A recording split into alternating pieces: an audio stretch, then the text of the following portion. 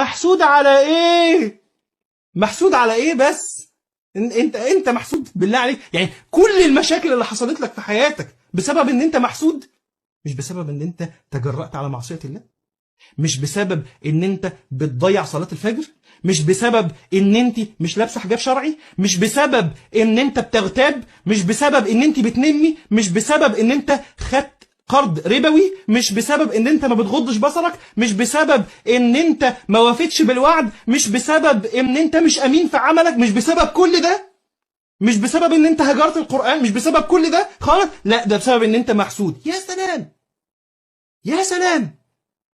بص على حياتك كده، فرشها قدامك، هتلاقي 100 حاجة محتاجة تتصلح. مفيش حد معصوم، مفيش حد معصوم، كلنا عندنا أخطاء، والخطأ ده أنا لازم أحطه قدام عينيا، فلما ينزل عليا بلاء التأديب أحس وأفهم عن الله عز وجل وتأدب وأرجع له مرة.